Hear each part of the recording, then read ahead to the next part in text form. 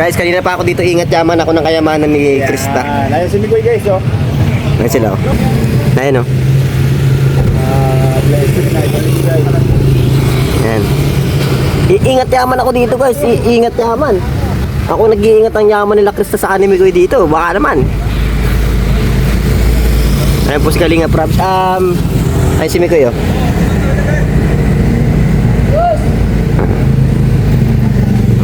Ayan sila. Eto guys, ito yung mga blessing ni Krista. Ang dami nito, hindi ko alam kung ano to. So, galing to kung saan saan. Actually, may kanina sa coffee shop habang nakasakay na to lahat yan. Yan. Ang dami. Pati itong nasa likodan ko. Parang dami to kaya pinapatungan ng likod ko. So, yan. Hindi ko alam mo kanina yan. Basta kila Krista yan. Kasi kila Krista kayo mapunta. Lahat yan.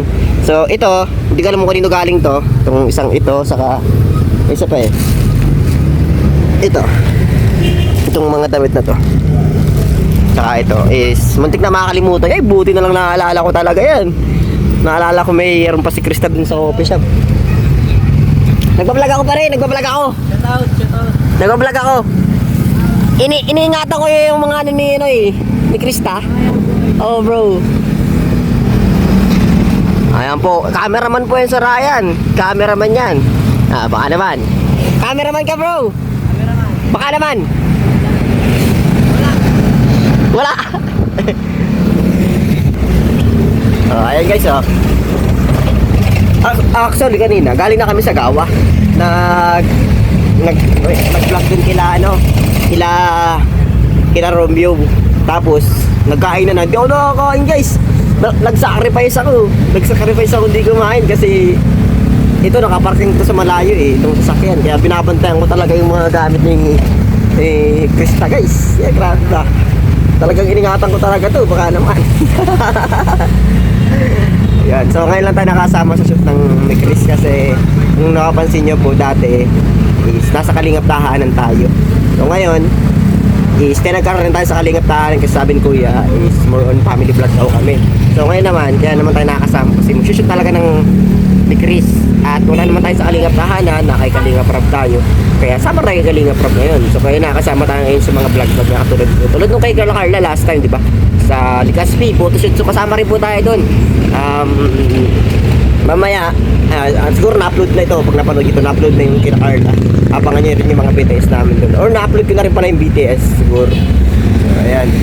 Ito guys. Dami guys, oh. Yan, kung mapapansin nyo pala ito, ito yung ginagamit naming service pag nagbablog kami sa family vlog. So ayan, tulad yan, CR po yan ni Ma'am Ja. Andiyan pa yung mga table. Then ito, camping essential.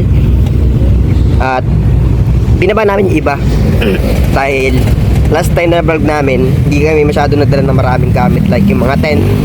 So puno ito kasi may isang motor pa po dito nakalagay. Kadalasan diadala namin yung motor na binili ni Kalinga Prab dito sa part na to, kaya siksikan kami dito. So ngayon maluwag siya. So yun lang ang dala namin. Hindi naman namin gagamitin yung mga yun. So, ito lang kila Krista, di-deliver lang namin to. Then nakapanood nyo naman yung sa vlog kila Mikoy. Ay dumaan na pala tayo sa mga school guys. Sayang. Eto, schoolan to. So dumaan tayo sa Lako. Ito, ano naman to? State College. Marami nag-aaral dito na ano siya, public school. Semi-private but mahirap din siya makapasok sa school na yan. Kasi mostly may nag-e-exam dyan yung may iba bumabagsak. So, ang pinakamalupit lang nata nakapasok dyan na nag-aaral dyan si Car Wash Girl. Si Car Wash Girl po ang pumasok dyan na nakapasa sa exam. Hindi ko alam yung iba kung nag-take sila ng exam, no? Hindi ko alam sa mga courses kung lahat ba kailangan mag-take ng exam bago ka makapasok dun sa course na yun. Hindi ko alam. Pero si Car Wash Girl kasi nakapasok siya. Kaya dyan siya nag-aaral. Hindi ko alam yung iba ko sa nag-aaral. STI. Yung iba naman sa Lako sila tulad yan na DNZ. Tapos sila Pau, sila J Brad. Sana naman sila saan niya? Ito nakakalimutan. Dun sa may unahan. Nakakalimutan ang school nila pero may mga friend din kasi ako dito nag-aaral. Nakilala. So, ngayon, pamilyar familiar na yung lugar. Dumaan tayo sa ano. Punta na tayo ngayon sa ano. Dito yung kila Kuya Edo. Daan dyan kila Kuya Edo. Tabi ng iglesia na yan. So sa likod niyan, kila Eds na. Tapos sa tapat na yan, dyan nagpo-boarding o si Eden. Lang sila. Pero malayo pa rin kasi nasa kabilang side naman yung daan kila Kuya Edo. Hindi mo siya dumadaan sa likod niya ng simbahan ng iglesia. Bihira lang. Doon talaga pinakang main gate nila sa kabila. Sa may 7-Eleven. Sa may Blue Rock. Sa unahan ng Blue Rock. Marayo lang yung biyahe po ito. Punta yung Basod. Mag-isa lang ako dito. Ayaw kasi nila sumakay dito kasi mainit daw. Ako naman, hindi naman sa akin yung init na yan. Mas na-enjoy ko pa nga dito kasi pre. Oo, malamig din sa loob, sa van, pero iba pa rin yung dito. Ayun, hindi naman. Paksa ka lang dito, pabalag-vlog ka lang ng ganyan. Kampante ka lang sa biyahe. Ang ganda magsama-sama sa vlog. Ganda. Ito pala yung malapit namin binibili ng grocery. Shoutout sa HP Daet. HP Daet po. Diyan po kayo bumibili kasi karaniwan po sa ano, sa mga convenience store dito sa Daet, like SM, is bawal po talaga mag-vlog. Hindi ko alam bakit ayaw nila mag-vlog sa loob ng mga supermarket nila. Hindi ko alam, basta pinagbabawalan kasi minsan. Basta may nakapasukan kami na ayaw talaga nila na bawal daw mag-vlog. Hindi ko alam, wala naman kaming, siyempre binablog yung mga bibigin sana. Ayaw nila. So dito sa HP Diet na to, itong malaking HP na to, dito po kami kadalasan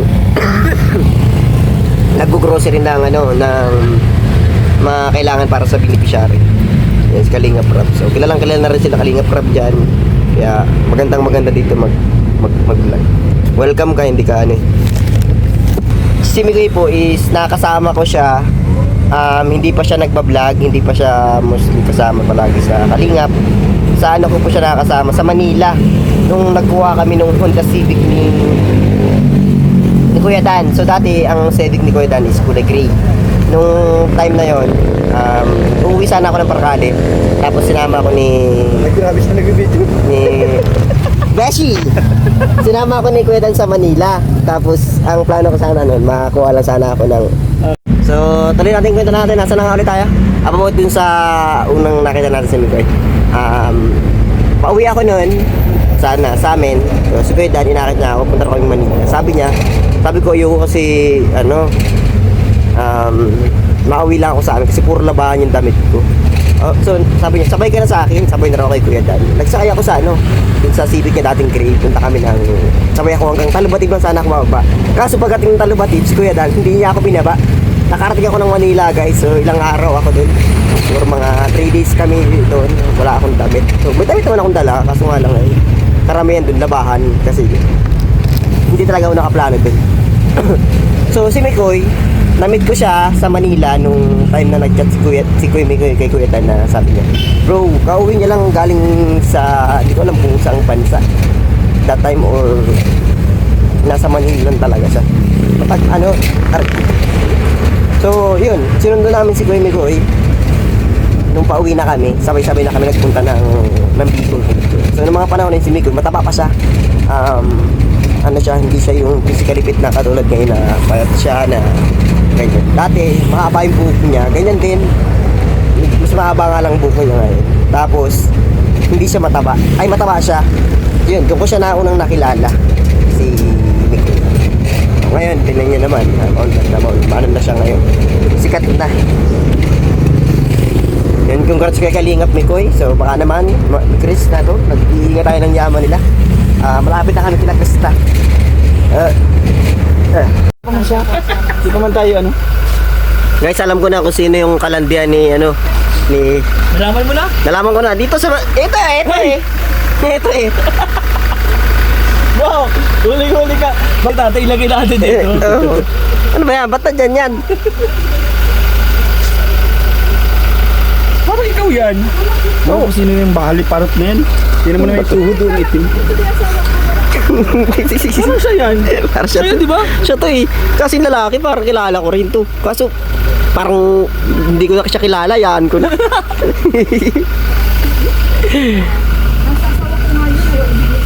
Bring na sipon.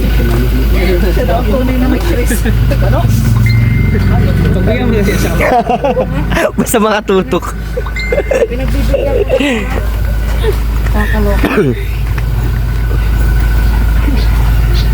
Yes, binabag ko na ito. Sino nagpicture nun bro? May picture ka ba nun?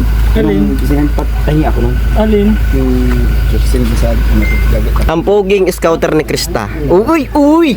So kitata pala yun. Pogi. Hanggang ngayon pogi pa rin. Okay. Parang di ka tumatanda ko, Tats. Ha? Parang di ka tumatanda. Physically fit. Kaso, kailangan natin mag-diet. Fit na fit tayo sa Hong Kong. Ay, oo nga, no, mapang ko kayo. February. Ha? February. Ang ampaw ko sa mga, ano dyan, baka may ampaw ako dyan sa Hong Kong. Padala nyo na lang kay Kuya Tata, pahatid sa Kung akin. may magbigay sa'yo, hatid ko sa'yo mismo. Man, may ampaw ka dito, Uy! 10. Oh, ayos yan. 10 ampaw, Saan galing, mi Chris? Chris. Uy, ayos. Sana meron, no? Siyempre, may nagbigay din, Rajel. Uy, Man. oo nga pala! Bigay ko sa'yo, 5 ampaw. Naalala, Oo, di ba? Pero walang laman. Walang laman. naalala ko dati tayo yung magkakasama nila coach sa Baguio. Oo, Tayo nila Angelica. Ano kasama Rajel? Saan? Kumbaga dito na sa akin ibibigay yung para sa'yo. Oo, yung po mga ano dyan, may Chris, saka sa Rajel po, pakatid na lang po kay Kuya Tats yung ampaw ko. Sa mga taga Hong Kong. Mga ilan yung gusto mong ampaw? Kahit mga ano lang, 5. Ayaw mong sampuin? Hindi, 5 sa pero sa, ano siya, kargado. Pero ano siya? Kargado. Malaking Oo. Sana nga meron, no? Meron yan? Meron yan? And good luck sa mga kasama sa Hong Kong. So ano palang gagawin namin dito sa Norte? Siyempre, di ba may ano kayo, may kalingap tahanan? Or family vlog? Sa family vlog, kasama si Kalinga Prab. So baka sa tahanan ako sama. Baka sa tahanan ka muna. Balik ako tahanan muna. Habang wala sila. Oo, tahanan. Sige, kuya.